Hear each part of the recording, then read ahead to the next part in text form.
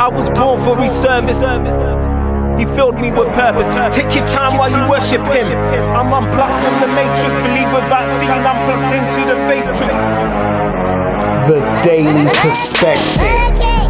Welcome to another episode of the Daley Perspective podcast. I'm your host, Mr. Daley, and we want to welcome you to episode 5 of this podcast. We are talking about forgiveness today. So again, linked to purpose. One of the key things that holds us back in life when we're walking towards our purpose is holding on to things. I'm looking at my co-host because I know he's already talked on a topic about like this about emotional hoarding. So this topic is kind of expands on that. It's called I Can't Forgive Myself. So that's the plan for today. So I just want to give a shout out to everyone that's listening on Anchor, Spotify, Apple Podcasts, Breaker, Pocket Casts, Google Podcasts, wherever you may be listening. Thank you for listening. And for people who are watching us on YouTube, I'm starting to see the numbers going up on the people who are viewing the YouTube video. So okay. You guys are making me a bit more conscious now that we're filming these, because I'm looking at my posture, I'm looking at how I'm sat, trying to look all professional and stuff. So you got your good shirt on today. I got my good shirt on. Oh yeah. Oh man, so as you can see, I am joined by my co-host, Dr. Terrence Johnson. Give it up for Dr. Johnson, y'all. Oh boy, here you go. Thank you for the welcome. Thank you. Oh man, Terrence, how are you doing today, bro? I'm good. How about yourself? I am good. I'm excited. So again, most people will not know we do continue to converse outside of this podcast. So right. I am a big fan of what Terrence and the rest of the crew are doing over at iProgress. I join their lives twice a week if I can, but I'm on at least one a week. But the last two, oh my days! People! Yeah. If you have a Facebook account, find Terrence on Facebook, connect to the group, and put yourself on those lives, because the last two, woo, so good they make you want to slap your mama. Yeah, you know, we had to put the collection plate out after so take us to church. Yeah, no, they have been on fire, the last two, and just the one yesterday about birthing your purpose. An amazing conversation. There was it was like you needed a basket to catch all the gems that were being dropped, because it was just one after the other. Just I'm like, I can't take all of this. This is too much for me. It just moved fast. I mean, even being on in the discussion and how everybody had a different angle and piece to it, it's just amazing. We're in awe, and we're the ones that's talking on screen, and we have to just sit back and like this. Man, this something, and you know, it just goes with the theme of kind of what we're talking about. You know, it's a God thing. It's not really us. We're just kind of being obedient what God wants us to share with people, and we just share our heart with people, and it connects. So and it's a blessing. I think for me, I love the fact that and we're going to get onto this as we start to talk about today's topic, but. What you said there, because you're starting early. You just, I see you reaching your arms out for the ball. You're like, pass me the rock. but you said it's a God thing, not an us thing. And that is such an important thing when it comes to fulfilling your purpose or walking in your purpose. Yeah. Learning to take yourself out of the equation and, you know, letting the maths balance, because there's no you in that equation anymore. It is all God. Right. It makes the equation balance a lot better than it does when you try and sit in there. Right. It's such an important part of everything that we've talked about. We tend to be the ones that can't fathom the big picture. We can't fathom our own purpose. Sometimes we can't see it. Sometimes we are too scared of the size. It was like Jeffrey said yesterday about the size of the purpose that you have to birth.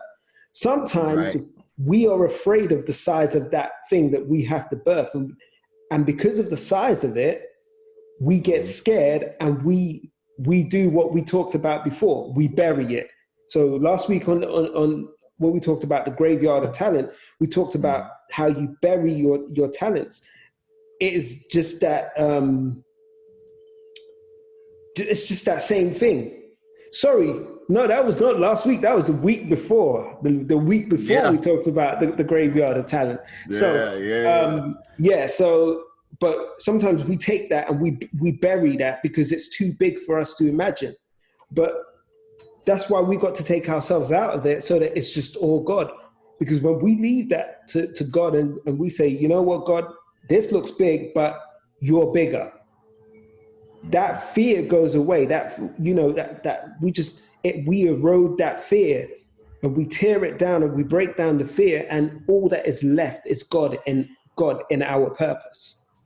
And when we do that, it makes it far more approachable. It makes it easier to handle because we know that it's not in our own strength, but through God's strength that we can achieve that purpose. So, yeah, you're getting us started already. We just warming up. We warming up. Yeah. We in shoot arounds. We just warming up. We still got the sweatpants on. But so I was gonna say this. So I'm gonna make a point to what you just said, to link to what you said, but then I'm gonna move it and shift it into what we're talking to today. Okay. I'm gonna connect and then pivot. Okay. So, cool. What you were just talking about, and so Jeffrey has sent us a sermon right after the live yesterday. And so a lot of stuff we were talking about is in this sermon. So TD Jakes has a sermon called Bigger Than Me. Just watch it. I'm not going to unpack it because it's going to take us up. But just watch it. If you like what we talked about Monday, it's going to confirm a lot of that in this sermon. Okay. But also kind of what you were saying about burying and kind of keeping those things hidden, that's exactly how we do with forgiveness or forgiving ourselves. So as we start to go into the topic today, and one of the scriptures, and that's what we do for prep, me and David, we send each other scriptures that we kind of want to wrap the discussion around. Yeah. And so I sent Genesis 3, 6 through, I think it was 6 through 8, but I think I went 6 through 10. But it's about, you know, Adam and Eve, and they eat of the tree of knowledge, and then they discover that they're naked. Yeah. After what they did, and so what I did, I started picking words out of those verses that were significant. And so one of the things that stuck out, and I never thought about it this way, was, you know, they had everything provided for them. They had all the food and everything they needed, but they wanted to get something that was supposed to be off limits for them.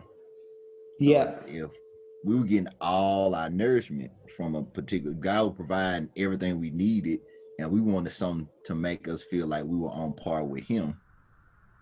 That's then when we choose that, because another word for food is provision. Yeah. So they were in the place where everything was provided for them, and they wanted another level of provision that they thought, oh, once I get that, me and God gonna be on the same level. And there it is.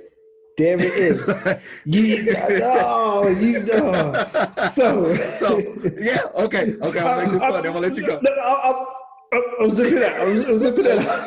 I'll let you go. Okay, so then thinking about unforgiveness or not forgiving ourselves, then we start to cut ourselves off from the provision that God gives us as far as his grace and mercy for us. So the same provision that he gave in the Garden of Eden is the same provision he gives to us now, because he died for our sins. So whatever we did, have done, will do has been covered. But if we don't see God as being that in that role of provision, that we feel that we must provide for ourselves, even our own forgiveness. Okay, I'll let you go because I know you got. I know. Yeah, I just set you up. I just alley-ooped you. Oh man! So come on. So I know we called the topic "I can't forgive myself." Right. I think when we first approached this, right, we looked at it from a point of self-forgiveness. Right. But as we studied the scriptures and as we bounced the scriptures, it was interesting because the scriptures we both passed back and forth. It was nothing about forgiving yourself. It was all about accepting God's forgiveness. And the reason why we struggle to forgive ourselves is because of something you said right there. There is this, because of our sinful nature, because of that innate sinful nature, we have this desire to bring ourselves on level pegging with God. We want to be the God in our own lives. We don't want to relinquish control. We want to be the one that calls the shots. It's back to it's like that 90s hip hop thing where people were referring to, I am God. They refer to themselves as God because they want it to be all encompassing of all things. I am the master of my own destiny. I am this and all. And, that was where the things like the law of attraction and all those different new age theories were born out of this concept that you can be God in your own situation. The fact of the matter is that God is God and you were created by God. Your true position is in service to God.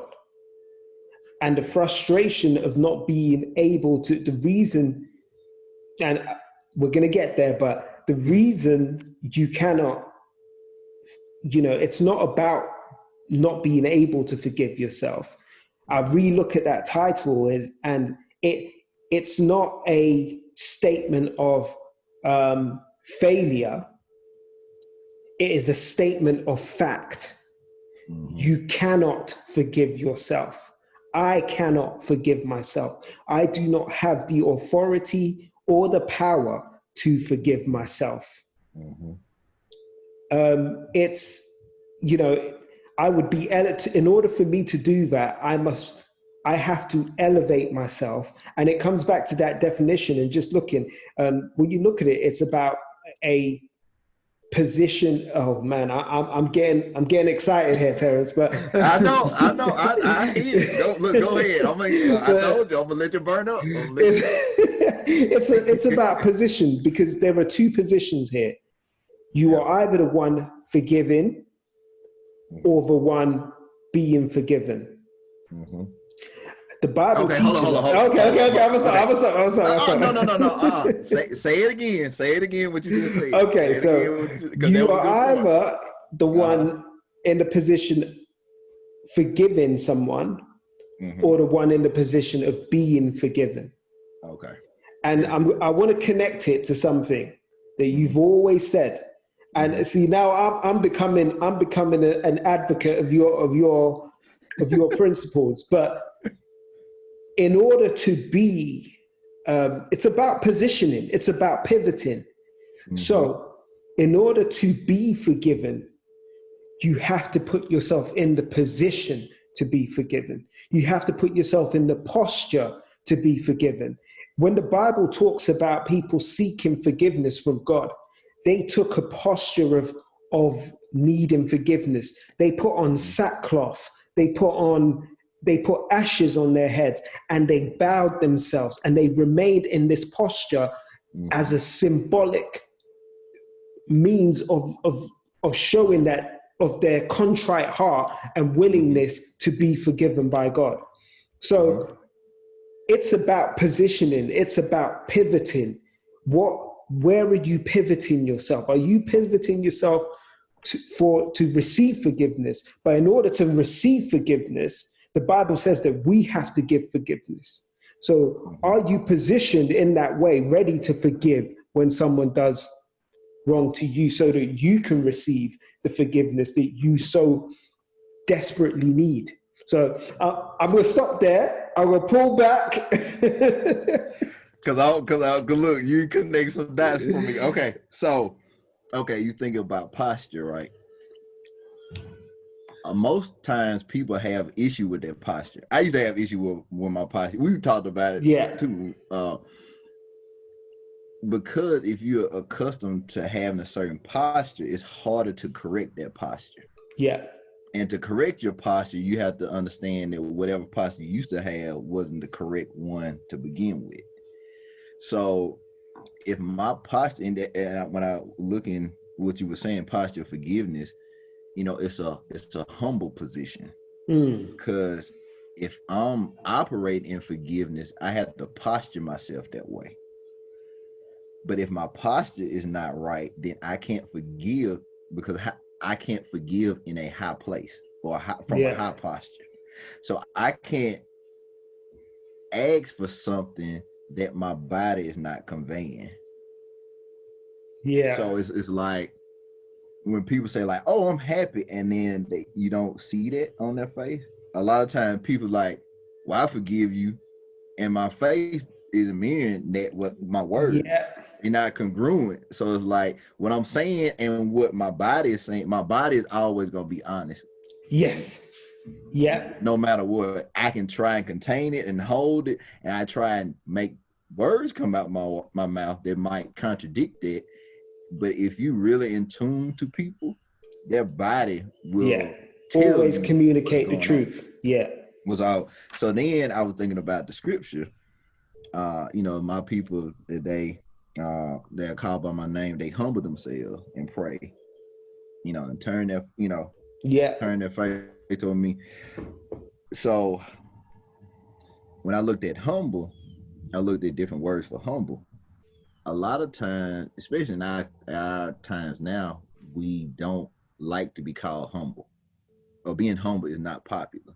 You should be confident. You should be all about yourself and promoting yourself and your branding and all that type of thing.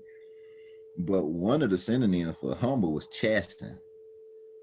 So if I'm humble, that means I have certain principles around me that chasten me from doing things that I probably wouldn't. So if I'm in a posture of forgiveness, I've chastened myself to not react how I would want to, but by how God would want me to react.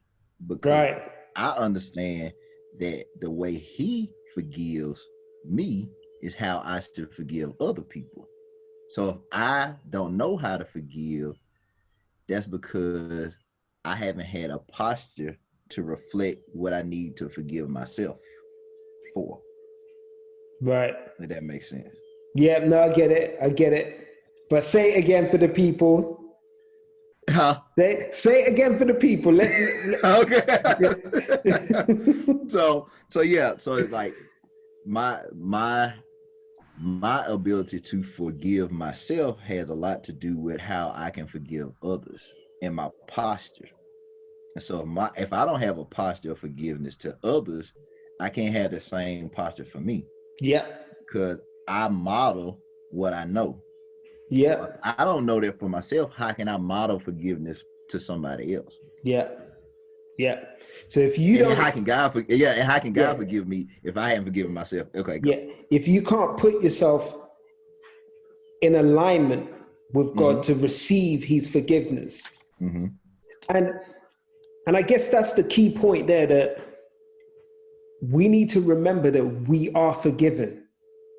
It's not a case of you need to go to God and ask for forgiveness, because, and I'm kind of jumping ahead to one of my scriptures, but I picked the story of David after he sinned with Bathsheba, and when Nathan came to him and said, if a man sees this guy's got these, what was it? Was it a calf or something? Or and he says, and he sees that this poor man has just that one calf, but he has his whole herd, and a guest comes to his house, and then he goes and he takes that poor man's one calf and slaughters it to feed his guests. What should happen? And David goes nuts. He's like, oh man, he should be punished. He should be made to repay 100 times for whatever. And then he's like, well, God says that man is you. And David's taken aback by that. And then Nathan proceeds to expose what David did in secret, and says, God says, because you have done this. And then David goes to proclaim that he's a broken heart and wants right standing with God. And Nathan says, God has forgiven you. So before God even sent Nathan to David, God had already forgiven David for his actions. Now, that didn't mean that David was not going to be punished for his actions. Right. But forgiveness had already taken place. And that's one thing that we seem to, and I guess it's because we are traditionally raised in a legalistic view of our relationship with God. We are always given this, well, it's here are the 10 commandments. If you break the rules, you need to go and ask for forgiveness. Whereas God says that Christ's blood was sacrificed for the forgiveness of many sins forevermore. That was it. It was a one-time deal. The blood was shed, and now you guys are forgiven, past, present, future. There is no time banding to forgiveness. And forgiveness is one of those words that doesn't have a past or present meaning. You have to connect it with another word to give it a spatial context, to give it that time frame, to give it to make it relevant to a certain period of time. You need a conjoining word. You need to conjoin it with another word. So we need to appreciate that our forgiveness was already settled. The reason why we struggle to accept, so it's a case of our acceptance of our forgiveness, is because we have not conditioned ourselves to shift our posture to receive that, to accept that forgiveness. So we push back against the forgiveness that we're being told, go ahead, my son, you are forgiven. No, God, but I did this. Did you see what I did? Did you see how bad that was? It was real bad, God. I can't be forgiven. And God is telling you, No. You're good. You're forgiven. It's been wiped. The slate is clean. And we constantly refuse to accept that. And we leave ourselves trapped in that. And I'll jump back. So Romans 4, 1-8, it talks about righteousness through deed. So we believe in our minds that our righteousness comes from our deeds. But our righteousness is the righteousness of Christ. Everything we have is gifted to us by faith. So we are counted righteous by faith. There is nothing we can do to work for that. So in the same way, our forgiveness is a gift from God to us that has come freely. There is no deed that we can do to earn that forgiveness. But we constantly want to earn that forgiveness. We constantly, in our minds, believe that we need to earn that forgiveness. But no, it's done and dusted. Our forgiveness is ours. God has already done it. We just need to do, like David did, put on the posture of forgiveness to receive and accept that forgiveness. Okay. All right. So I got two pieces of what you said. So the first piece about like how it's hard to accept forgiveness or God's forgiveness for us. So God sees us as the verb and not the noun. And what I mean by that is, so just with your example of David, you know, as far as like womanizer and cheating, all that kind of stuff. Yeah. He saw himself as a cheater. Guys saw as him cheating, which he already knew he was gonna do. Ooh. But I take on the noun as the cheater or the gambler or the liar or whatever else. Yeah. So that becomes my identity.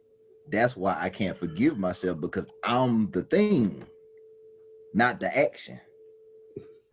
And that's why it's harder to undo that cycle of I'm condemning myself, because I'm the thing that I did, not the action that I did. See, I'm smiling because I'm like, Terrence is talking and I'm going to make him repeat the whole thing all over again. Okay, look, what part you want me to repeat so I can remember what I said? The bit that, so this bit for me, this was straight fire. So you said, I'm seeing myself as the cheater while God saw me cheating. You know, that, or David saw saw himself as the cheater. God saw him as just cheating. We are not, when we are not the thing. The act is the thing. So break it down for them again. give it to them again. Okay. So I'm gonna start from the beginning where I started. So God sees us as the verb and not the noun. Yeah. So whatever condition that we have, as far as sin, it is the action of the sin that we have to forgive, but we are not the actual event that's attached to the sin. Right. So the other level to that is, with sin, it's harder for us to forgive ourselves because sin has so much weight to it. But if we are imperfect people, then sin is more of a reflection of our imperfections and not that we are not perfect. So if I'm clay and if God is shaping me and molding me on the potter's wheel, he's trying to get those imperfections out of me. He knows I have them. So he's molding them. And so my sin is actually pinpointing me places of improvement, not condemning. So if it's things that if it's sin that I'm just more drawn toward, that's an area, not necessarily a weakness, that's an area of improvement. because we all have areas of improvement. So that's why then we could take something that's so dark and heavy and evil and all that. It's like, oh, that's an area I need to do better on. I cut that person out. God's still working on me. I'm trying to do better. And so then we have a way to then go forward and not get stuck. Because a lot of times we get stuck in the thing that we feel like, oh, I messed up in, and now I'm that thing. Yeah. And so if it goes into just the verb of it, oh, I was just leaning more into that imperfection of mine. Let me try and position him, like you were saying, to have the posture of somebody that's now working on that. I messed up, so let me have a posture of forgiveness. Let me humble myself in that, because I know I was wrong. Okay. I'm not going to stand up like, no, I did it. I don't care. Blah, blah, blah. My posture got to be right. So then I can now go to God and I'm humble, like, Lord, I messed up. I was going to mess up, but okay. Like, okay. I'm working on it. He like, I know you working. I'm like, okay. Just help me. Help me do better. And so it then, like you were talking about earlier, it then positions me in the right place with God. So we were talking about people that thinking they were God and all that kind of stuff. God has a certain authority. He is a throne. He is a throne that matches his authority. Yeah. If we place ourselves as the authority, then where is God's place for his grace and mercy? He can't extend it to us when we in the wrong role. Yep. Oh, So I'm gonna let you go. You go places. You're going places with this. So when as part of the research, I looked at the traditional psychological approach to self-forgiveness. Right. And everything I read talked about, and I guess, and this is where I say that the things that we get in the world are biblical concepts with God taken out of them. Right. And us put back in the center. So everything I read talked about, you need to see yourself as a good person, or so that way you can get past what you did. And then you need to see that you are not your mistake. And it comes back to, and I agree with that, you need to see that you're not your mistake, but you need Christ to help you see that you are not your mistake. Because without Christ, you continually repeat that mistake. You continue, that mistake becomes habit. That mistake becomes your lifestyle. That becomes your character. So eventually, the verb can make you the noun, because you are not trying to change that behavior. Instead, sometimes we confuse forgiveness for justification. So and I guess this is where they talk about narcissism. So you can say, I am not my mistake and I am a good person. So when I do that, it's fine that I did that, but that's not me. That's just a slip up because I'm a good person. And you start to use that I am a good person justification to cover all your imperfections. And therefore, there is no need to work on yourself, because there is a resolution that makes your actions acceptable in your own eyes. Yeah. And that is it's a dangerous position to take, because what you've done there is you've used one sin to cover the rest. And the sin that we go to is pride. We come from a position of pride. We put ourselves on a pedestal, And that is the psychological teaching. Hey, look at yourself up here, because that is, you are this person, not the person down here that's doing the dirt. Actually, no, you did the dirt, but that is not who you were created to be. And you need to connect back to the person that has that perfect blueprint and perfect picture of who you were created to be, to connect with who you were, your purpose and who you were created to be, so you no longer take the wrong route and you walk in a path. And sometimes you will slip up. Sometimes those imperfections will show. But you, as you say, using your analogy, you were still on the potter's wheel and you were still being molded. Those imperfections, God is like, oh, there it is again. I'm gonna smooth that one out right back there. You're still on that wheel, but with the way that we are taught to deal with forgiveness and this self-forgiveness, we are taught to elevate ourselves because we take God out of the picture. I can see the steam coming off of your head, sir.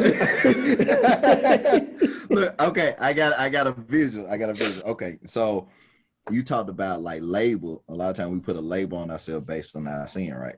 Yeah. So what if we do that? So just take for instance, you know, when we were kids and stuff, it was always like the shoes we wanted, and it was a knockoff version of that shoe. And usually, so you know, growing up, everybody wanted Jordan. So you would have the original Jordans, and then you would have the knockoff Jordans, and then like the Jumpman sign would look a little different or whatever like that. Yeah. So what people are doing when they operate from pride, they're saying, I'm detached from the label, so now I will put a fancier label on the sin to then justify it. Say like, oh look, I'm good. Yeah. I'm doing good. Look what I did. Look what I. And so then that's our justification. It's like, oh, it's not that bad. We just, you know, change it up, put that right there. We change, you know, put a little color right there. Now, look, the shoe good. Like, don't you like that? Don't you like it? And that's what we do when we in our pride, because our pride doesn't want to allow us to, one, be vulnerable to people, but then two, it doesn't want us to be human. So we rob ourselves of really authentic connection with people too, because as we become more vulnerable with people, we understand the sin that I might have might be the sin that somebody else has gone through the same thing. Yeah. Or the very thing that I feel like was so nasty, dirty, whatever, once it's revealed, it can bring healing not only to myself, but to the other person too. And so I think that's the whole aim of getting outside of your pride, because your pride will only leave you standing by yourself. So you can be, you know, all knowing and all being, and, you know, nobody knows more than you, but you stand alone. And because nobody can really connect with you if you're so high. How can I converse with you or just have conversations around what's really going on when you don't have an authentic sense, because your perspective is from how can I color this, how can I attach something that's going to make it look better when I haven't really saw it the way it is. God can transform it that way, but I can't. If I do it, it's going to be a knockoff. But if he do it, he can make it, because he already made it that way. I was trying to deform the thing that was perfect in his eyes, and I've deformed it. So now I try and take my own stuff to make it better. And he's like, no, I got it. Creating is what I do. I can do that. I've been doing it a long time. I create. Let me do that. Let me shape you. And you get out the way. Okay, now you go, because I know go ahead. I was just thinking of something. How can you have real human connection when you detach yourself from your humanity? Say it again. Say it again. That's good. Say it again. So, how do you have real human connections when you detach yourself from your humanity? Because that posture of, I am here, I am great, I am good, that's not who I am. That self-elevation and that creating this godlike character for yourself means you're removing your you're removing your humanity. You're saying that I am not flawed, I am perfect. Yep. So how you cannot relate, you cannot have meaningful human connection because you cannot relate to other people who are flawed, who are human, who were connected to their humanity. And God's purpose for every one of us does not have us standing alone. There is no man on this earth, no man, no woman, no child, no creation of God's that was created to be an island. None of us. God is a God of relationship. So you cannot have relationship with yourself. Even in his sovereignty, God created, there is a triune relationship. God the Father, God the Son, God the Spirit. There is relationship, there is harmony. Someone that elevates themselves and detaches themselves from all human connection or all humanity cannot enter into relationship with anyone, because their perception of themselves is that they are superior to everyone else. Therefore, the relationship is never truly one of, as you say, vulnerability. There is no real human connection there, because in their eyes, they can't do wrong. And when they do something that appears to be wrong, it's fine because they're perfect. And while you were talking, what I was thinking about, and it goes a lot into people's calling or their purpose. God doesn't use people that haven't been through things, because how can you relate to the people that he calls you for?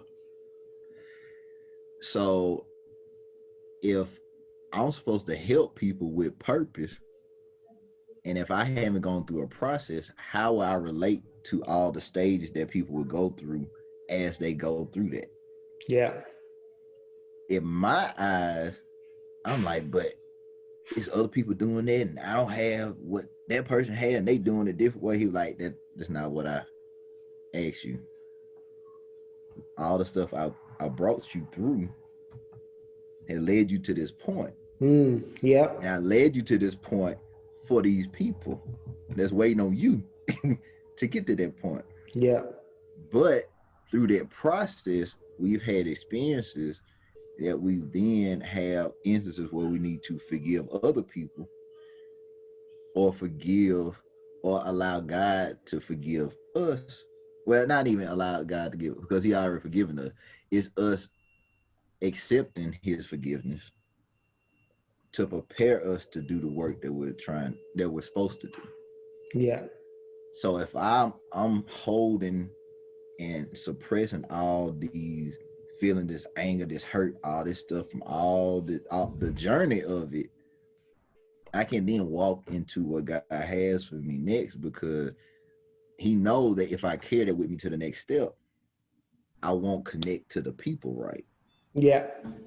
Because the people are going to have different personalities. They're going to have different things to say. Some people might enjoy the gift. Some people might not. Some people might have something to say about it. And I have to be to a point where I had that relationship with God to understand that it's not the people, you know, it's all about how I process my own stuff. And as I clear space of the stuff that I've been through, and not clear it to the sense where I forget about it. We don't forget about what we've gone through. Yeah. But we don't have to be a slave to our emotions about the past. You just that was an alley-oop right there. So go ahead. Look.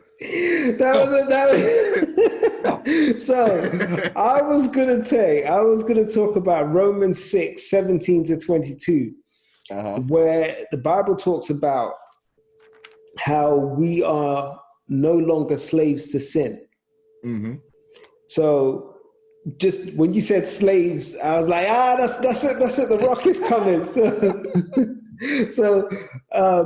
But through the gift of, so the notes I have here, I've got, we are no longer slaves to sin, though through God's gift of grace, we have freedom from sin and have inherited righteousness. We are now slaves to righteous living, and our inheritance is eternal life. So what I took from that was that our slavery to sin has us trapped in a cycle of condemnation. Every time, because we haven't accepted the grace of God, because we are still fighting against the grace of God, we are trapped in this cycle where we are self-condemning. And we are crucifying ourselves daily, not in a good way, not in that take up your cross and be buried with Christ and rise with Christ way.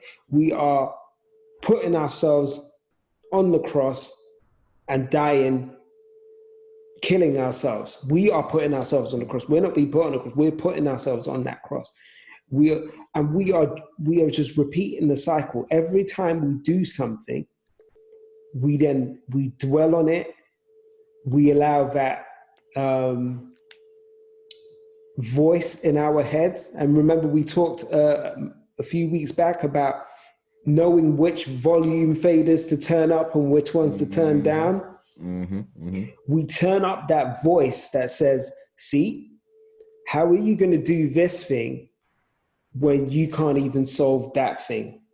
How are you going to go here when you can't get out from here? Mm-hmm. How are you going to go forward when you're stuck? You can't even get out of first gear, and God wants you to go into the fifth gear. How are you going to do that? So we turn up that voice of self-condemnation, and we constantly beat ourselves down, and we can't move past our sin because we are trapped by our shame, or the shame of that sin. And when you talked about Genesis and Adam and Eve, and they took the apple from the tree, Mm-hmm. the first thing they did was sew together fig leaves? They sewed together leaves to make garments for themselves, because they felt shame, to hide their naked form because they felt shame. Now, they didn't feel shame about their nakedness because they'd always been naked. So it wasn't that they were aware. It's not that they weren't aware that they were naked. They were aware that they were naked. I think what the Bible talks about is that they were their spirits were naked. Their spirits then became exposed. They then saw the wrong that they had done. And that was the shame that they were trying to cover up. So, because really and truly, Adam and Eve had been together for however long in the garden. Adam seen everything she got, she seen everything Adam got. There was nothing to be embarrassed about. There was no shame there. The shame was in their failing, in their shortcoming. that's where the shame, and that the problem is, once that shame is born, you know, what's that saying? Once the cat's out of the bag, you can't put the cat back in the bag, or something. Something like that. Yeah, I guess. You can't, once you open the doors to shame, generally, you can't put that thing, you can't put it back. But that is where the grace of God comes in, because, okay, yeah, the floodgates might be open for your shame. God says, let it pour out. Let it all out. Let all that shame out, because I have made provision for that. I have shed, blood has been shed. A sacrifice has been made. An eternal sacrifice has been made. So those floodgates can be as open for as long as they need to, for all that shame to come out. The blood is never going to run dry. So. Okay. All right. So I'm gonna start here. I'm gonna connect the dots.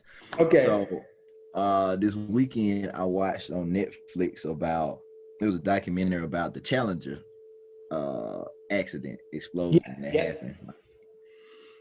And so one of the things that happened, you know, at first everybody was like, well, how could that happen? How could something like that tragedy happen and nobody knew about it? As they uncovered it, you know, it was a secret meeting between the manufacturer of, you know, the rockets and everything else and NASA. Because the temperature was so low at the launch, the manufacturer was like, look, we don't recommend launching tomorrow because it might damage, you know, the equipment. But NASA wanted to stay on schedule. And so they influenced them to change their mind. And these are backdoor meetings that were happening. Yeah. Had other people's lives connected to it. They decided to go ahead and agree with NASA and say launch. The next day, that's what happened. The catastrophe happened. From NASA's standpoint, they were like, oh, we don't know with this, and we built it not to fail. And so they went into the detachment. Yeah. The people that manufactured it were devastated because they had that shame of, we had an opportunity to do something different and we didn't. we failed. And now people died because of that. Yeah. And so now they had to carry that shame around with them for the rest of their life. But it was a lot of people in NASA that didn't have that same connection to it.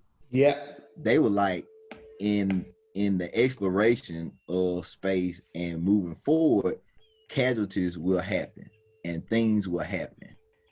And if I had the decision to do again, I would do it exactly the same way I did it. Wow. So you have two sides of one event where both parties were involved, but one side really had that regret and shame and we could have did something we didn't. This side was like, we knew what could happen, but we thought that we were going to be able to overcome that because we send people into space. So we know what we're doing. So you have an ego perspective and then a more humble perspective. Yeah. And so in our decisions, it's always a warning of what could happen. You want to do that, but this what could happen. Now, we trying to warn you what could happen ahead of time, but you have a choice. Now, some people with that choice, sometimes they will humble themselves and try and get back in alignment, but some people don't because they're so far blind to it and they're so far in their ego that it's like, yeah, I made that choice and yeah, I'm sorry that happened, but I don't care. And some of us can get too far gone from God to where we don't care anymore about our actions. Yeah. And so then we don't care if what we do hurts people, because now we've been so numb to it and conditioned to it that it's like, oh man, if I lose some money, that's fine. Oh, if it hurts some folks, that's fine. Oh, me. So they look, and then people say like, Yeah. but they knew what they were getting when they came in contact with me. They knew what they were gonna get when they started talking to me. And that's how you get trapped.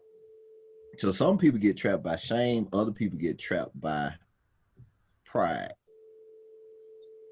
Mm-hmm. And you stuck on both sides. It's a different feeling with both, but being stuck in pride may be worse, because then it feeds your ego. Yeah. And usually that position, you have yes men or women around you that help support that too. So you were wrong, but they're gonna support you in your wrong. Yeah. Feed your God complex. And so then why should I ask for forgiveness? Because I'm above forgiveness. Wow. Wow. Wow. That is a big statement. That is a big statement. To be in a position where you can feel I am above forgiveness is, to me, it doesn't even register. It sounds funny. It sounds like it's mind blowing. It's mind blowing. Yeah. So the one thing that came to, and I'm not sure if you caught it yesterday when I said it, but when we were talking about the premature birthing of purpose. Yeah. And I said, be careful who you take counsel from, because there are some people and there are some actions, and it's not just your external influences, there are internal influences as well. Yep. There are actions that you can carry out, or there are external actions from whoever you take counsel from, who you hang with, who you choose to commune with, that can force you, as it does with a woman, into premature labor, into premature birthing in your purpose. Mm-hmm. Now, premature birth, is dangerous for the purpose itself, or for the baby. In this case, baby is purpose. Mm-hmm. It can kill the purpose. It can kill the vision. Mm-hmm. It can kill the dream, because it hasn't been through its full gestation period, and therefore it's not ready it hasn't received all the nourishment it needs. It hasn't received all the antibodies that it needs to fight off infections or disease or anything like that. The things that it gets from the mother during that gestation period, it hasn't received all of that, and it's at risk. And that's why premature babies, I was a premature baby. So, you're put straight into an incubator, depending on how premature you were. Well, so I was 4 weeks premature. So I went into an incubator for 4 weeks after I was born. It's a similar thing with, and I know I'm bringing it back to the angle of forgiveness here, but when we take a posture of pride and we are not willing to, when we put ourselves above forgiveness, we run the risk of birthing our purpose early. We run the risk of birthing something that is not only dangerous in terms of killing the purpose, but it's also dangerous to ourselves. Because in some instances, a premature birth could be dangerous for the mother. In some instances, if that premature baby dies, there is trauma. That trauma is not limited to the person, to the individual that has birthed the baby prematurely, the trauma impacts the father, the trauma impacts the doctor, the trauma impacts the midwife, the nurses, the grandparents, the siblings, the net of people that are impacted by a premature birth. It's pretty big. So allowing that pride to creep in, to fester, to put us in a position where we are willing to take an unnecessary risk and not to position or to posture ourselves when we make mistakes, can result in us, because we're talking about purpose here, and how forgiveness, how that self-forgiveness or that posture of forgiveness impacts our purpose. If we cannot accept God's correction when we need it, we cannot get in position. And I said this yesterday, we cannot put ourselves into the correct birthing position to give birth correctly, to give birth in a safe way. We do crazy stuff and we birth something and we could kill what we birth. Okay, so I thought about a different angle. So you were talking about like prematurely birthing, your purpose or gifting. What if we birth forgiveness prematurely? Ooh, I haven't thought about this. Okay. School me. Where are you coming from with this one? So what if I'm not, how something happens, somebody do something and they're like, you forgive me? Like, Yeah. If I'm not aware of what I'm forgiving someone for, I don't know what that forgiveness does for me, because forgiving other people has everything to do with me and not them. Yeah. So if I birth forgiveness prematurely, it can't really sustain in me to have the impact it needs. So somebody to just say, I said, David, man, I need $1,000. And you're like, okay, man, I got you. Or you might say you're gonna give me $1,000 and then you don't. And then I hold a grudge against you. And you're like, man, look, I meant to, but something happened. And you're like, I'm like, okay, it's cool. Like, it's cool. Inside, I'm birthing something from that exchange. Yeah. So even though I said, I'm like, yeah, cool, no problem, whatever like that, I haven't then dealt with that. And so then that creates something within me. So because I cut that process off of really being aware of why I needed to do that for me, now some is growing in me that shouldn't be. I like this. I like this angle. So now I'm carrying baggage that is not even mine. I'm supposed to have. Now that's just like you were saying. It's for me to go forward.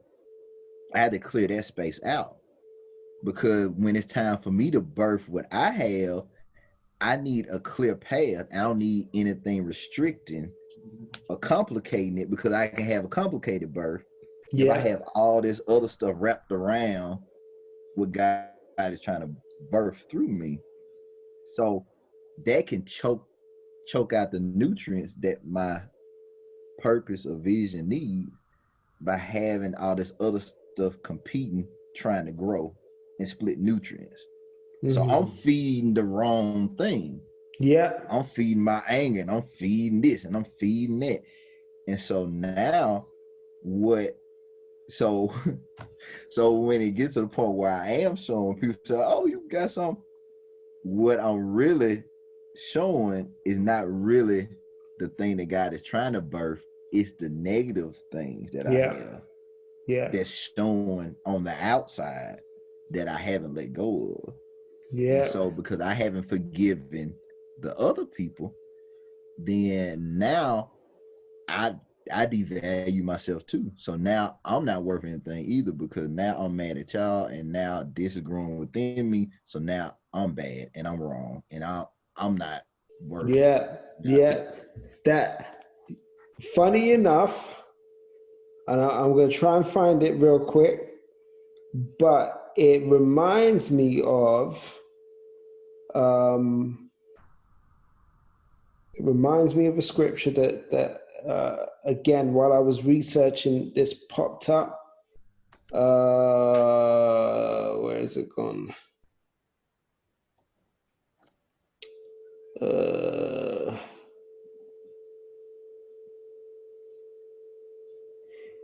So it's Matthew 6:14 and 15.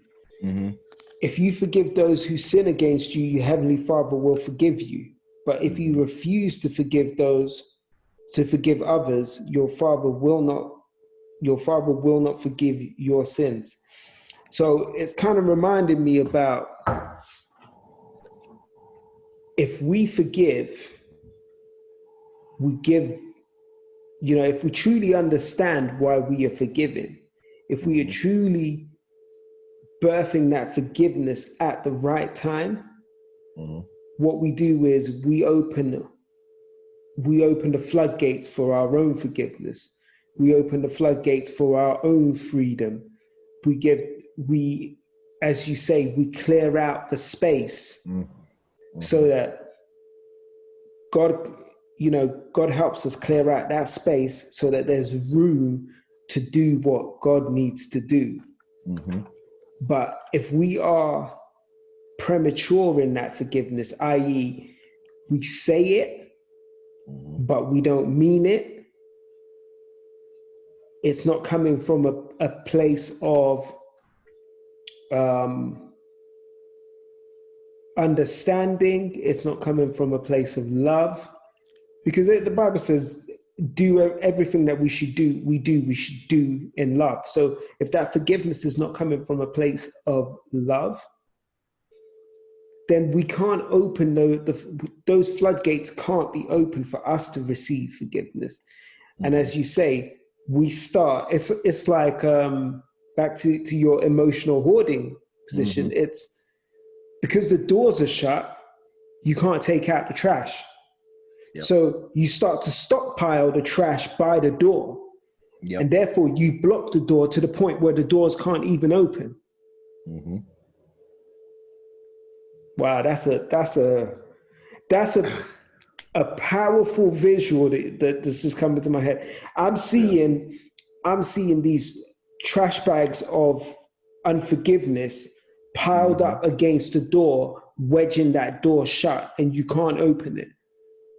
You're not allowing anything else through because you've got all this baggage packed up against that door, barricading it. Man. Okay, so I got okay. So we talked about the posture of forgiveness. Yeah. So I think this is another piece that people miss because they feel that forgiveness is a one-time thing. So the next thing is the practice of forgiving. And so if you, like you were talking about earlier, it's like modeling that action, that behavior. So in the scripture, you gotta say, how often should we forgive our brother? Yeah. 7 times, but 70 times. 7 times, yeah. So just because I forgive once doesn't mean that I've gone through the whole process. Sometimes I have to continuously forgive, because sometimes, like you were talking about with the trash, some days or some weeks you might not have a lot of trash, so it's not hard to take it out. Yeah. Some weeks you might have had to get together, you might have barbecue and stuff, you got bags and bags, so it take a while to get it to the front. Yeah. Same thing with forgiveness. If it's a offense that really impacted you strongly or deeply, it will take multiple times of you taking that to God and like taking it, and Yeah. taking it to where you decrease it and clear the space out. So, and sometimes what will happen, you forgive someone for something, and something else will happen that they do. And now you got to go through the process again because you forgave him for that part, but here come another thing. So I got to, let me take this. Yeah. Yeah. Take this back out too. Let me start it back over. And so it's a continuous thing. So it's a practice. And so the same thing for us doing it for other people, that's the same process we had to go through with God forgiving us and us giving ourselves that grace to really accept that from God. We might not get it on the first time. We might know it, but we might have to take it, Lord say, I forgive you. Like, God, I know, but I still kind of feel that a little bit. So I'm gonna take it back. I'm gonna take it back. Because it might take a couple times to go back and forth for you to get a clear perception. Because when you said something earlier, and it made me think about what we had talked about last week after we got off the live about the glasses and having the right prescription. Okay. And so it's when we seeing or we have things that we feel like we need to be forgiven from, we then see everything else from that lens. Yeah. So the same thing you were talking about with Adam and Eve, it wasn't the fact that they didn't know they were naked. Their perspective of nakedness changed. Yeah. When God called out to them and they're like, oh, let me hide. Yeah. For them, nakedness, it was nothing wrong with their nakedness because that was the state they were already in. So our imperfections then change how we see ourselves in relationship to God. They were just walking with, they had a good relationship with God, but because they're sin, that changed their perspective of him and then gave them that separation. Same way with the song, and it's one of my favorite songs, but I had sent it to you, the Commission song, Running Back to You. Yeah. If you really listen to the lyrics of that song, it's all about that forgiveness process, about a person doing something that they feel like, oh, I messed up, God can't forgive me, and how I run away from God when he's standing where he was when I did it, and I ran away, and he just waiting for me to come back. Yeah. And that's the thing. That's why we talked about as far as, those voices that we have. That's why that voice gets amplified that condemns you, because the whole process is to get you to run away from God so you won't be able to hear him anymore. So the farther you get away from him, then like back in the day when everybody had like anytime, the minute plans, and you couldn't call people after a certain time. You couldn't freely go around the country. You went to different places and you were roaming. Yeah. And then you would have to, pay more, but then a lot of times your phone just wouldn't get reception. It's the same thing with God. God got a 5G connection, but we distance ourselves so far out that we can't hear. And that's what the unforgiveness does for us. It makes us feel that in our eyes, we're already disconnected. So now I have to go on my own way because now God doesn't want me. Yeah. But because of my proximity to him, and then the way I'm facing so I can't see him. So just like in the scriptures that they turn, and face me. Facing is the honor. Yeah. So like, you're in trouble. Like when you was a kid, you didn't want to look at your parents in the eye. Yeah. You were wrong. Because you knew you were about to get whooped. You doing you wrong. Like, oh. And then like look in my eyes. You're like, I know it. I messed up. I know. And he's like, look, I just want you to come and look at me face to face. Yeah. Look, I'm still here. Just look at me. But we don't want to do that. We want to go away and turn away. And he's like, if you just turn to face me, you're going to see where I'm at. Like, you're not lost. I'm where I'm right here. You left me. Yeah. I'm there. But you went because you felt that I wasn't doing this. I didn't have my arm stretched out for you to bring you back in. In your head, the voice was telling you, if you turn around, I'm ready to bring condemnation down on your head.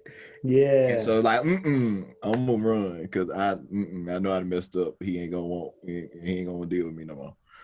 And that's the thing. So I think that's why that song is so powerful, because it really goes through the whole process of somebody messing up and then realizing where God was and still is, and where they are in conjunction to that. Yeah. And so I'll go. See, I'm doing a Dr. Johnson now. I'm like, I got like 3 or 4 points. Connect the dots. Go ahead. This what happened. This what happened when you talk. When you talk, this is what I got going on in my head. So I want to take it back when you said the process of forgiveness, the continuing process. What came to me, and I might get my basketball facts a little bit wrong here, but if you remember when Shaq came into the league, Shaq had a horrible free throw. Horrible. Absolutely horrible.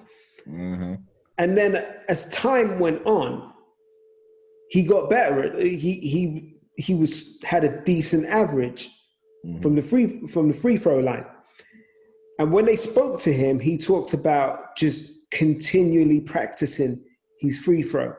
That he was in the gym just over and over and over and over and over again. And it's the same, I said it to my eldest daughter, that for me, so being a mathematician myself, for me, I said to her, maths is about practice. The more you practice, the more you do those same types of questions, you start to recognize. It's like a muscle. You train it, and you recognize which formulas you need to use. It becomes second nature to you. So it doesn't matter what angle they bring the question from. You already know that, that's Pythagoras, or, I need to use whatever here. And what is required for each question, because you've just continually practiced.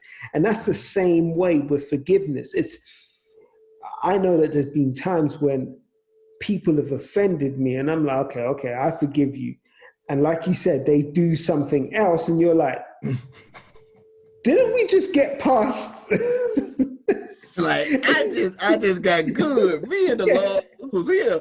You threw me all the way back. Yeah, so you do it again, and you do it again. And, there were times, I remember there would be times when I would say to myself, am I stuck on stupid? Because I keep letting these people do the same thing to me.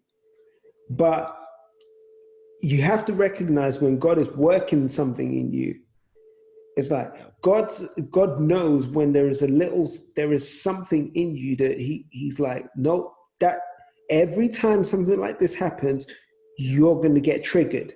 And when you're triggered, you're going to go off and you're going to do something stupid. Your tongue is going to go loose, and you're going to start calling people out their names, and you're going to go all the way off piste and do something nuts. So rather than me allow you to walk into your purpose, and then have you have an incident and something that detracts from your purpose. We're going to work this out now. I'm going to allow these people to continually trigger that until we file it away and we get rid of that blemish and we got a nice smooth surface. And, you know, I was thinking about Moses. Why did Moses miss his purpose? Because God said to Moses that you're gonna take my people into the promised land. Right. But Moses didn't do it. Moses fell short. He stopped. He died on a mountain looking at the promised land. Why? Because Moses did not deal with that thorn that kept coming up. Moses didn't resolve that issue with his anger. And, you know, anger is, and you said it, anger is one of the fruits of unforgiveness. When we don't deal or we don't learn to manage that forgiveness process, when we don't learn to accept forgiveness, or more importantly, we don't learn to give forgiveness, because until we learn to give forgiveness, we can't receive forgiveness. Just as the Bible says, Moses missed out on his opportunity because he couldn't forgive the people. He acted out of anger constantly. Even when God told him to go and do something for the people, he would lash out and he would do it out of anger. And because he couldn't resolve that, it stopped, it cut his purpose short. And there are numerous people in the Bible who had their purpose cut short because of their unwillingness to change in a particular area, their unwillingness to move and shift their posture towards God. They resisted and put up this barrier, and instead of shifting and getting into alignment with God. So that was that one. And then when we were talking, I know I can't remember exactly what you said that put me back onto this bit, but it was I was thinking again about David in the whole story with Bathsheba, and you know when God said that he was going to the baby was going to die. David put himself into a posture of mourning and or basically pleading with God. He put on sackcloth, he put on everything, and he basically didn't eat any food, didn't drink anything, and was crying out to God. As soon as that baby died, the moment David learned that the baby had died, David got up, changed his clothes, cleansed himself, ate some food, and drank. And his advisors were like, it says, the Bible says his advisors were amazed. And they said, "We don't understand you. While the child was still living, you wept and refused to eat. But now the child is dead, you have stopped your mourning and are eating again." And David said, "I fasted and wept while the child was alive, for I said, perhaps the Lord will be gracious to me and let the child live. But why should I fast when he is dead? Can I bring him back again? I will go to him one day, but he cannot return to me." Then it goes on to say, David comforted Bathsheba, his wife, and slept with her, and she became pregnant and gave birth to a son. And David named him Solomon. The Lord loved the child and sent word through Nathan the prophet that they should name him Jedediah, which means beloved of God, as the Lord had commanded. So David, in this thing, what was the first thing he did? He put himself in a position of forgiveness, in a posture of forgiveness. Secondly, he accepted the punishment that came. Although he still pled with God and tried to position himself for God to let that cup pass him. In the same way, I'm not comparing. I don't want to compare the two, but it just reminds me that Jesus said when he was in the garden, "If it's please let this cup pass me, but your will be done." In that same way, David kind of positioned himself and said, "Lord, let this death pass, and spare my child, but ultimately, let your will be done, because once you have spoken it, you will not go back on your word. You are not man that you shall lie." So after that child died, what did David do? He accepted the fate that he had brought on himself. He accepted his punishment and then moved on. And that act of moving on allowed God to birth a new blessing in place of the one that he lost as a result of his sin and the acts that came along with his sin. So his posturing allowed the birth of purpose, because who was birthed off the back of that? Solomon. And Solomon was just a different kind of dude. Mm-hmm. The blessing that was on Solomon was a different kind of blessing. He was a different type of dude, one that we will never see again. So being in correct posture and having the right attitude towards forgiveness and having that contrite and broken heart and allowing God to renew your spirit puts you in a position that once that process is complete, the thing that is birthed is going to blow your mind. Okay. Look, I've been rocking. You've been saying so much good stuff. I've been rocking. Okay, so I'll try to see what part I want to go to. I'm gonna go to what you just left off on. And okay. If I can get a way to get back to another point, I will. But if not, then it might be something just for me. But, so one of the things that stuck out when you were talking about how he changed his clothes,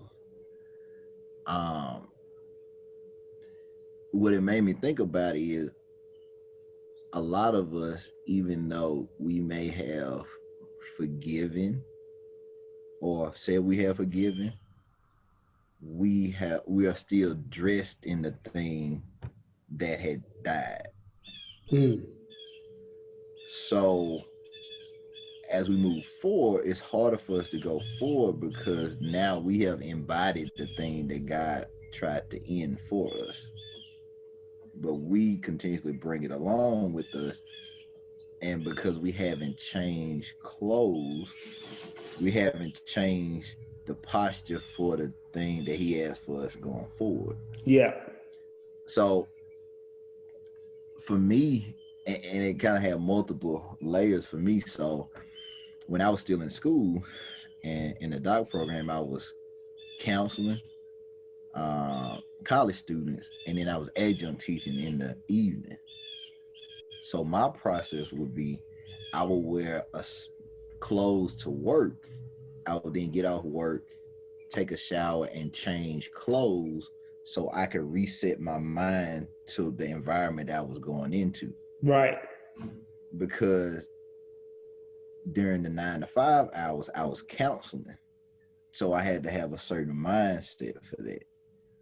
But once I shifted, I took a shower, changed clothes, I was then in teaching mode. And I needed to have a separation between the two to then reset myself. And so a lot of people are stuck because, yeah, they're moving forward, but their mindset has not changed as far as the thing that they did. And so because that thing in God's eyes has died, it hasn't in our eyes. And that was dressed in accordance to the thing that was attached to us. And then when you were talking about with the practice of forgiveness and going back to Shaq had to improve it because teams started to employ the hack a Shaq method, because it made me think about it. So like what you haven't forgiven will be attacked. Right. And that's a tactic. So whatever area, like you were saying before, whatever area you feel like, man, why do I always feel like I'm getting back into this cycle, is because you haven't forgiven that thing, that area, and it's being attacked. And until you strengthen yourself in that and strengthen your relationship with God, because He's the one that's gonna give you the forgiveness, it's gonna continually, if you're gonna get to the free throw line and miss 50% of them, then that's what the enemy gonna attack. Yeah. Because they're like, oh, he might be able to shoot 3-pointers, he might be able to dunk all day long, but when I get him to this line, he gonna mess up every time. Yeah. So I got him. And so that goes back to the sin being more of a, it's just it's kind of, let me get to my word, imperfection. I didn't want to say it wrong. Yeah. I want to be specific in what I say. Because an imperfection is something that I can practice and work on. So it's not something that's outside of the realm of me doing something about. But I also know too that it's going to continually get attacked until I start to work on it and build on it. And one thing, and I'm gonna say this, and I know you probably gonna have a whole angle, so I'm just gonna say it and I'm gonna back out from it. I'm not even gonna unpack it like that, because I know you're gonna go a place with it. So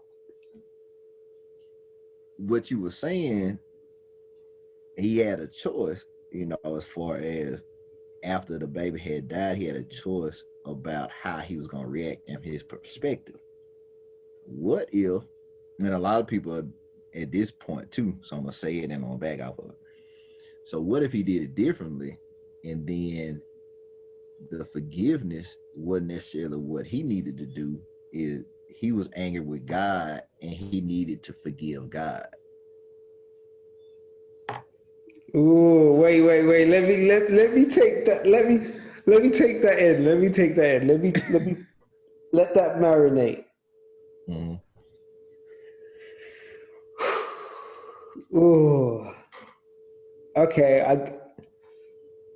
Because that is something that we do a lot of. Mm-hmm. And it's funny because we've talked so much about us forgiving others. Mm-hmm.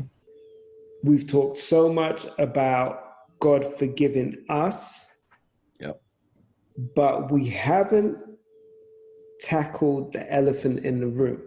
Mm-hmm. And you just pushed that elephant center stage. Like, I told you I was gonna say it. I was gonna back off of it because I knew you were gonna go and play. There you go.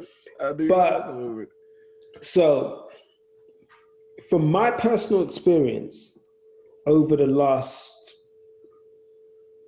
few years, anyway, and this is going to connect right back to what you said already. There were circumstances and things that I had done that changed my posture. And what I mean by that was I read my word, but it was routine. Right. I prayed, but it was routine. The heart was not in it anymore. And the reason behind the shift in posture was because I was angry at God. Yep. I was angry because it felt like things were crumbling around me. Mm-hmm. And I kept saying to myself, and it's funny because I posted something along these lines on Instagram today, but I was saying to myself, well, God, I'm praying to you to protect me, and I'm praying to you to guide me and to lead me. Mm-hmm. But all this stuff is happening. And I'm angry because this picture of perfection that I had built up was slowly being torn down. Mm-hmm. Or let's put it, I say picture of perfection, but let's take it back to that article I sent you earlier. Mm-hmm. The idol that I had built was being torn down. So I'm going to repeat that because I want people to be crystal clear what I'm saying. The idol that I had built myself in my life through my own works, that I pointed to and said to everyone, look at that, look what your boy did. The thing that I pointed at and I was so proud of was being torn down. Yep. Why was it being torn down? It was being torn down because I asked for it to be torn down. That's the bit that I was missing.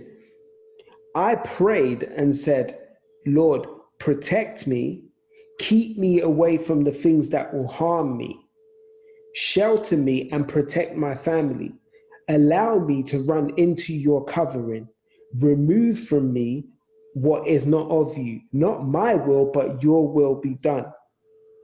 And at some point, God said, all right, you keep asking me for this, you keep asking me for it, your actions don't show me that you're ready for this, but because you keep asking, I'm going to do, because I am a good father, I am going to start the process of removing this idol that you've built up so that we can get back on track and we can get you into your purpose.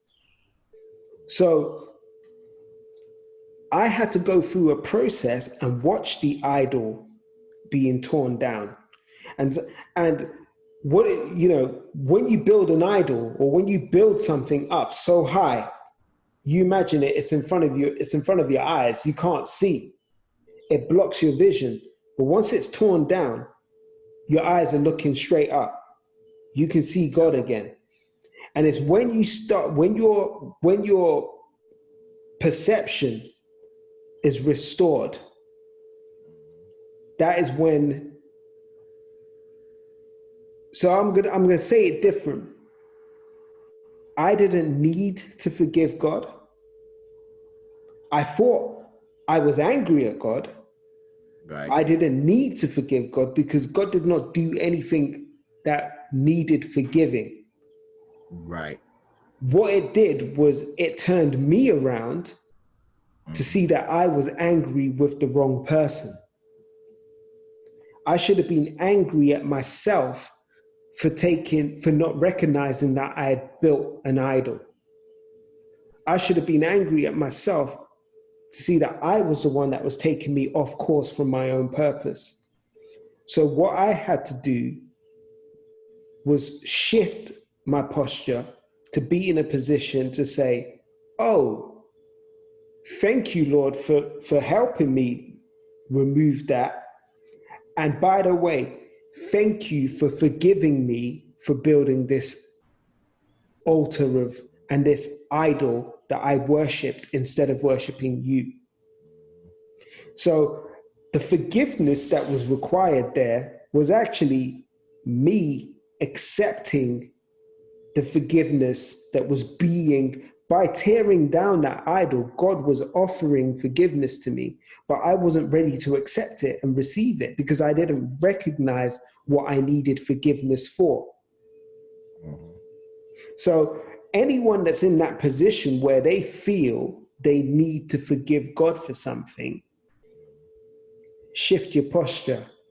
shift your alignment, shift your focus and turn around, because what you actually need to do is look in the mirror, because that thing that you're thinking God needs forgiveness for is probably something you need to thank him for forgiving you for.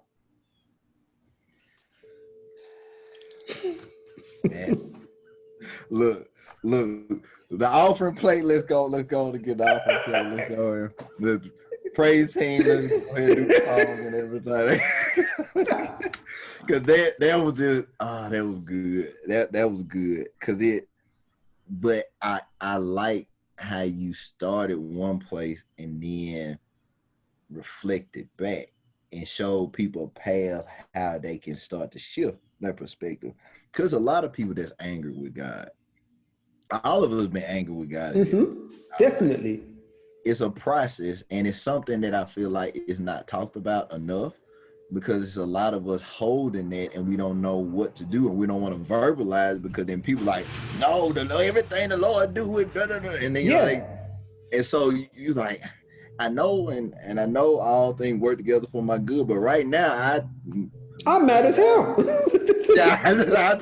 I'm just keeping it 100. I'm mad as hell. That's what I meant. Yep. But so it reminded me of this song. And the song just coming to me for today for some reason. But it's a song, and I hadn't heard it before, and I started listening to it maybe like a year or so ago. But it's by Shekinah Glory. And they have some other more popular songs, but this is a song that I hadn't heard before. It's called Broken. And it's a part in the song where the singer says, because she sings it, I mean, it's a powerful song. I encourage anybody to listen to it. But she gets to a point and the music kind of comes down, and she said, I didn't know the price of yes would cost me so much. And it basically, the song talks about people that's been called by God to do stuff. They in ministry, they doing all these works, and they like, God, this ain't what I thought it was gonna be. Like, you got me all excited. I'm like, oh, I'm living for you, Lord, and I'm thinking stuff gonna be. And it's like, this ain't what I signed up for. Like, I didn't know when I was like, use me, Lord. Like, this is what you gonna do. I might have just sat where I was if I knew this was gonna happen. But like you were saying, it's not necessarily what God is doing to us. Sometimes we are doing things to ourselves that God has to correct. Now, once he corrects, we might not like the way God corrects us, but he's doing it because he knows where we're supposed to be. And so he's trying to shift us to get us back in position. But us verbally saying yes is our free will. He doesn't force himself on us. It's the choice. And that's why it's like, if you're going to say what, and that's what people like, watch what you say, because you just might get it. You might get it. And if you praying for these things, and that's why, I can't remember what I watched, but it just saying like, Lord, use me, Lord, do this and that. It's like you have to watch how you phrase things, because the way God is going to do it may not be how you like it.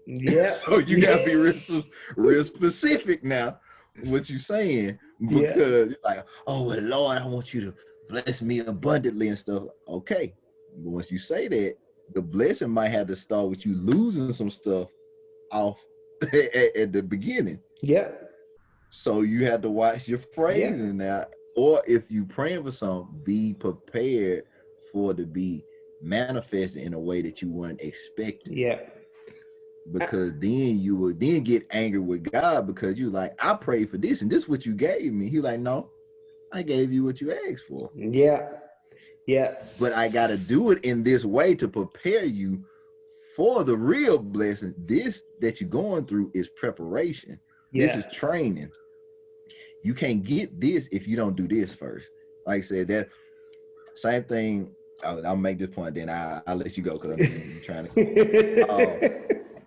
So just like what's happening in the NFL, so the NFL, because of the pandemic, COVID-19, they didn't have a preseason. Usually preseason is the time that you get the people that might not get a lot of playing time. You kind of evaluate them. People that you know need some training, they can do that. You check out your rookies. Check them out. So now, because of the pandemic, they didn't have a preseason. So the first 2 weeks they've had a record number of people like tearing their ACLs or getting hurt and out for the season because they didn't have that preparation. Yeah. Now they know what they can do and they know their abilities, but because they didn't have that window of training, now it's tearing their bodies up. And so what God is trying to do for us is saying, I know where you're trying to go. I know where you want to go. I created you to do that, but you're not fully ready yet. Yeah. If you go into it now, just like you're saying before, that premature birth is going to hurt you and what you're trying to birth. Yeah. And now I got to repair you when you were supposed to already be whole going into it. Now you coming in hindered or you have disabilities that you inflicted on yourself because you didn't allow me to fully prepare you. So I'll let you go. Oh, no, see, you taking me somewhere else now. You completely taking me somewhere else. But one thing that I did think about was,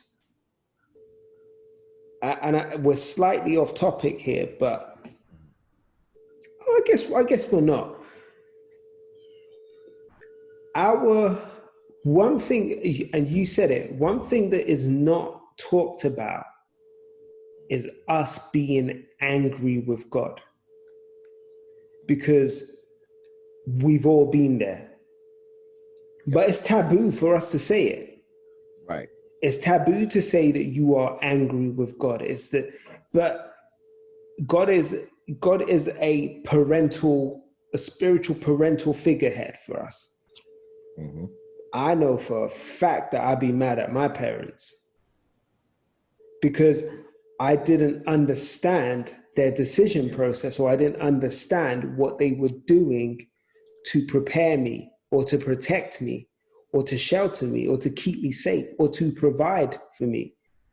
I saw it through my childlike perspective or my childish perspective. And usually, I'm not saying always, but usually a child's perspective is very narrow and very selfish and very self-centered, because they haven't had exposure to the rest of the world to understand that there are so many other influencing factors that determine the outcome of something. So we go into these things and we're angry at God because, like you said, we have our expectations, and we have a natural tendency to dress up our own expectations and our own desires as God's will for us.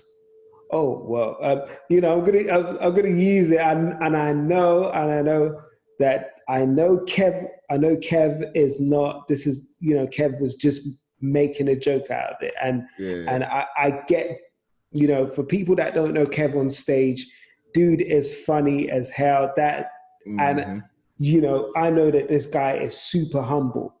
So, but when Kev got in that Maserati, right. it was like, right. God wanted me to have this Maserati. But that is kind of what we do. We will go and do something. We will step out of our lane because we've allowed our ego or our ambition or people pleasing to set in and push us into doing something, even if it was something that was for us. Genuinely, God might have wanted it for us, but not at the time that we've done it. But we will push something and we will then say, oh yeah, but God wanted me to do that. And then when we do it, or when we get that said thing, we're moaning because, God, I didn't know the car note was going to be $1,700 a month. And then I didn't know that the service plan on the car was going to be another $1,700. Yeah. And I didn't know that an oil change on the car was going to be was going to run me $3,000 or whatever it may be, because it's not the buying of the thing that's the problem. It's the maintaining of the thing. And so it goes with a lot of things. Also spiritually, the initial cost seems low, but the price you pay in the long term can be very high. So you either deal up front and pay the expensive price up front of dealing with your pain or dealing with your trauma, dealing with your ego, dealing with your stubbornness, and allowing God to keep the service cost of that low, because you've dealt with it, you've prepaid up front, you've worked it out in pre-season, it's been worked, the kinks have been worked out of you. So there is less of a chance of anything going wrong going forward. Or you go crazy right at the beginning and pay that low entry cost, and then suddenly, oh, you're constantly injured, you're constantly needing servicing, you're constantly needing fixing, you're constantly needing something to be resolved in you. Okay. So I'm gonna say this, and I know we're almost in time, so I'm gonna say that, I guess, if we close the thing. So what you just really described is the process of purchasing some through your own will and motives versus being under God's warranty for you. So if I go and get a used car and it's outside of the warranty, it has a certain amount of miles, then I'm responsible for everything that goes on with it. And the maintenance, the oil change, all that kind of stuff, I'm responsible for. But if I get something that God wants me to have, he warranties that thing. So then if it does have an issue or problem, I can go to God and say, like, hey, this right here, it needs, like, oh, okay, cool. I knew that was going to happen. Okay, let me see what I can do. Let me work on that part. But because we want to do things at the time that we want to, we will say, oh, I can cover that. I mean, I know it might cost $1,000 to get the brakes fixed if it goes wrong, but I drive carefully and I don't put too many miles on it, so I'm good. And with the oil change, I mean, I could pay $100 or something every 6 months or something. That's not that bad. And I can do premium gas. It's okay. I make a little money, so it's cool. I can do that. But if we would have waited for God to warranty what he wants us to do, then we don't have to come through our own power. We can rest in him to do the things that we can't do, because he already knew it was going to take a lot more coverage than what we had. And so now I don't have to worry about how things are going to get done, because he already warranted it. And then he don't give me a bad warranty. I get bumper to bumper, and I get and I, he give me the good warranty. I'm not getting like the 4 year and like 50,000 miles. Like I got 100,000 and 10 years, like that. And so he covers the thing. And the last thing I was gonna say, when you're talking earlier, made me think about, it made me have a different perspective of leaning out onto your own understanding. It's not that we can't have our own thoughts. It's that it's certain things that we don't understand that God is doing in our life, because he is positioning us to where we should be. What we do is we think and react and plan on what we can see. God has foreseen what's coming, so his ways are always going to be better than our ways, because he already knows the path. We just know the next step. He know the whole path and the destination and everything else. So that's why it goes back to that posture. If we put God, well, not put him, if we foresee him on the throne, then we will act accordingly in our posture. So then our posture means we always have to look up to him for everything. And so if I'm in a servant's role, the servant's role will have me to look up to the thing that I'm serving, because I have to get guidance from the person that is in charge. Yeah. So if God is in charge, I don't have a problem looking up, because I know where he is in connection to me, and I know my role. Yeah. If I don't try just like stay in my lane, if I stay in my lane and God is where he's supposed to be, then he can make adjustments to my trajectory. Because now he's seeing from top down. But if I'm trying to put God down with me, how can he see? How can I then be directed by him? Yeah. Because now I'm trying to then switch, and I'm trying to drive and see where I'm going at the same time. Yeah. Like I'm trying to drive and be my own GPS. Yeah. That's it. That's it. Someone has to. I was going to look for a way to say it, but you said it. What's that saying? There can only, too many cooks spoil the broth. Yep. There is, and that's why you have the executive chef, you have the sous chef, you have the pilot, you have the co-pilot. Mm-hmm. Only one person can take the reins. And in our scenario, in our situation, for us to truly walk into purpose, mm-hmm. the person that has to have the reins is the person that sees the bigger picture, the person that sees the end, the person that already designed the end and knows the full extent of the vision and the purpose. Right. Man. So I knew we were going to go somewhere. I didn't know we were going to go here. We went. I did not know we were going to go here. So it's been, again, this is one of those ones where I think we're still leaving more on the table.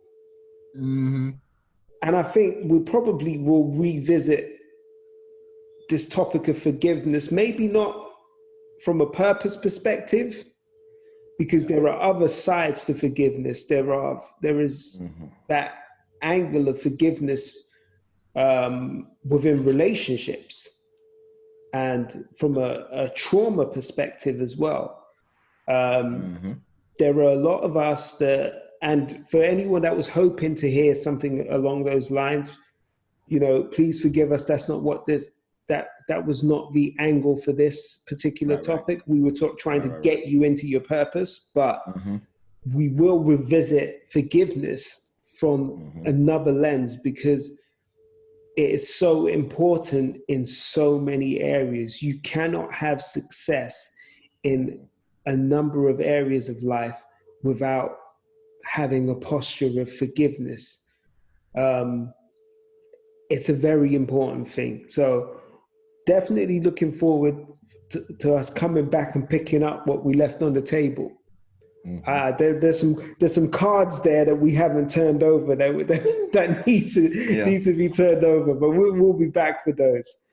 I just want to say, as usual, Terrence, thank you for a very informative, very challenging perspective. And again, I love this, and I always joke about it. But I love the sparring session, because it's that whole iron sharpens iron thing. Because there is always an angle. Even when I read the scriptures that you send me, I'm like, I know where Terrence is going. And then we start speaking, and I'm like, man, I missed. I miss. Yeah, it's just like it go. I had all types of notes that I didn't even touch today. Yeah. I went totally different way. Yeah. Yeah, so I'm like, I never get bored of these conversations because Yeah. they go, just you say something and it sets me off on a completely different path to where I thought I was going to go. Or like today, we come across an article that completely shifts what we were thinking. And, or let me not say shifts, but it gives us that, it's like we get that confirmation of the angle that we were thinking, and Right. it helps us kind of just set that trajectory and off we go. It's like it's got a life of its own, and we're just on for the ride. We're holding on for dear life as it goes. So no, I appreciate that. I love that. Like I said at the beginning of this, people need to tune into the lives. People need to get on board. People need to interact. And I know trying to resolve your purpose or your direction or find yourself seems like a daunting task. So my word of encouragement to anyone that is in that position is start small. Connect with the lives, attend some of the lives, sit back. You don't have to say anything. Just listen and take the information in. There are a number of workshops, and I don't want to use the term workshops, but there are a number of classes that are going to be coming up. And you know, I'm going to be posting them on Instagram and all those things, Facebook. So anyone that's connected to the Daley Perspective, Instagram, Facebook, or my Twitter or whatever, those I will be posting these things. But there are going to be a number of classes that you can take with iProgress that are going to help you uncover some of this stuff, help you deal with trauma, help you deal with the blockers, because it's interesting that we wonder why we get stuck. Yeah. We get stuck because there are things that emotionally we haven't unpacked. There are traumatic experiences, and a trauma doesn't necessarily mean something like something majorly bad. Right. You know, trauma can be that as a child, you were constantly told no about something, and it built this reinforcing message that you were not good enough, or you were incapable. So trauma could be a number of things. It's understanding the emotions and how you react to certain things and what triggers you, and learning to unpack that so you can become unstuck. iProgress will be delivering so many useful resources and sessions that can really help you deal with these things. So get in touch with them, connect with them. Definitely check out the lives. I will see you in the chat room because I'm always in there. He ended up with paragraph comments every time. I was like, I can't even read all that, what you said every time. So I was like, oh, here go Dave. He got his long paragraph up here. I was like, I can't read that and then try to get to my next point. Like, it does make me laugh when I'm in there, because I can see you. I see you smiling. Yeah. I see Kendrick smiling, because I think Kendrick gets to read them all. So Kendrick reads it. Kendrick starts smiling, and no one can figure out why he's smiling. Because he controls to put them on there now. So he controls the comments that they come. He put them on screen. Yeah. So I don't see them like I used to. I used to be trying to do a whole lot more during the live. So I'm now just on the screen now, and I can just kind of talk more instead of facilitate and do. I keep coming back to yesterday, but yesterday was the first time that I noticed that the comments weren't going up as fast. And the reason for that was because there was just so much information coming from all of you. And it was like the floodgates are open and everyone was dropping something. And I think Kendrick was trying to moderate the comments, but at the same time, he was like, but I've got this to say. and he dropped something, back up from it. You pick it up, Jeffrey picks it up, Mel picked it up, and I was like, "Oh man, this is going crazy." Yeah. So it was fast. It was fast. Yes, we packed a lot in an hour. Like we packed about 2.5 hours worth of stuff into an hour. It was like it went fast. But yeah, we are working on the classes. We wanted to have those ready about 2 or 3 weeks ago, but we've been having to go through some software changes. So hopefully by the next time that we have a podcast episode, I will have those links to give everybody. Because we have really been putting a lot of energy and effort into it, because we know, especially now, there's a lot of people that won't be able to afford traditional counseling. A lot of people don't necessarily need traditional counseling, but you do need practical skills, practical things that you can apply to your life now, based on what areas you're trying to grow in. And it's just our own personal growth. Everybody's in some capacity where they want to be better, and we want to help people do that. And we want to do it in a way that's engaging, it's fun, but it's also empowering. So it's not heavy. You might be talking about heavy things, but it's not really to get you trapped in your emotions. It's really trying to help you get free from the patterns that are kind of keeping you stuck. And give you awareness of that, of how you can go forward. So yeah, but I look forward to the Daley Perspective every week. Some topics, they get me to really study even more, to really have an informed perspective. So I like that, and it's something that we talked about offline. It's really been giving me a deeper connection to what I read in the scriptures, and I can really see myself more in what I'm reading now, instead of just like you were talking about before, going through the routine. Now I'm getting back excited about reading my Bible and really seeing, what God is revealing to me through what I'm reading.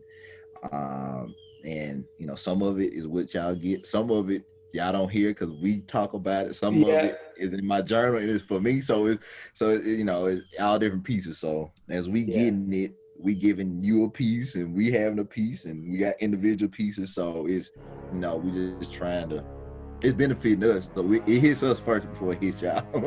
Definitely. So definitely. I think so people get snippets of what's hitting me, because it goes straight on Instagram, and you might get. I give you a taster on Instagram, but to really get where it's going, you have to tune in. And some of the stuff that we talk, some of the stuff that ends up, it's funny. There are so many topic ideas that come to me off the back of the verse of the day. And if people aren't using the verse of the day from the Bible app, use it, because it starts, for me, it's a catalyst. It starts off I read that and it triggers something, and then I find myself jumping through different scriptures to try and connect the dots. There's so much in there to unpack, but I will always give you, you can tell when something is hitting me, because that verse of the day gets posted, and then you get a whole paragraph with it, or maybe like 2 or 3, 4 paragraphs. But there are some future topics that are coming off the back of that. And right now we want to run the course with purpose, because I think it's so important, because it's a journey that I am on, it's a journey that Terrence is on, and we both believe so much in sharing what we're going through and what we've been through to help those who were trying to make the same leap and take those steps. So as we've always said, connect with us on Facebook. You can connect with me via the Daley Perspective, www.daleyperspective.co.uk. You can contact me on Twitter at DYDaily. Follow me on Twitter. You can connect with me on Instagram at DYDaily. You can find us on Facebook, www.facebook.com/Daley Perspective. And then you've got YouTube, and as you know, the first platform that we were on, Anchor, to connect with us. But we are on every single podcasting platform. We are trying to get you in whatever way we can. So we want to thank you for listening. We want to thank you for being here. Today has been a bit of a long one, but it was definitely worthwhile. So we will wrap this up the way we usually do and remind you that Christianity is a personal walk and a relationship between you and God. You are not and will not ever be perfect. Oh, so let me say that again. You are not, will not, and never will be perfect. But that's okay. God loves you and wants you to come just as you are. His grace covers all. Live free from condemnation and do not crucify yourself. Be renewed by the grace of God through Christ Jesus and become who you were created to be. And with that, this is Mr. Daley signing off. Dr. Terrence signing off. I'll keep doing it for you. And then we will catch you on the next episode. Take care of yourselves, be safe, and God bless.